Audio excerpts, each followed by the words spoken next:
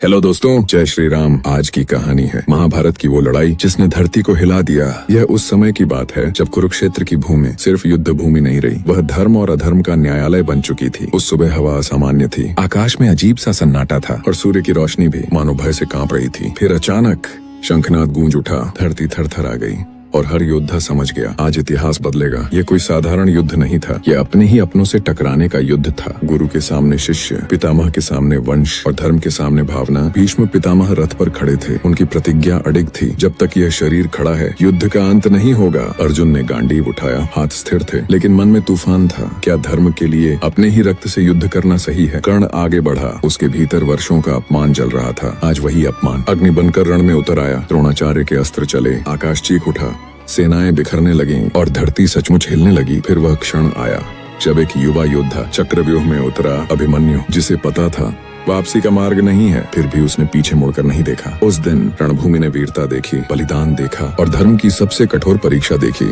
हजारों योद्धा गिरे, माताओं की गोद सूनी हुई और इतिहास ने अपनी दिशा बदल ली। यह लड़ाई केवल शस्त्रों की नहीं थी, यह आत्मा की परीक्षा थी और यही कारण है कि यह कथा आज भी हमारे रक्त में बहती है। महाभारत की यह लड़ाई हमें याद दिलाती है, भारत की आत्मा कभी अन्याय के आगे नहीं झुकी और न कभी झुकेगी। अगर आपको भारत का इतिहास, वीरता और धर्म की सच्ची गाथाएं पसंद हैं, तो जुड़े रहिए AI भारत साम्राज्य के साथ, जहां इतिहास सिर्फ बताया नहीं जाता, महसूस कराया जाता है। क्योंकि ये सिर्फ इतिहास नहीं, ये भारत की आत्मा है। जय भारत, जय इतिहास।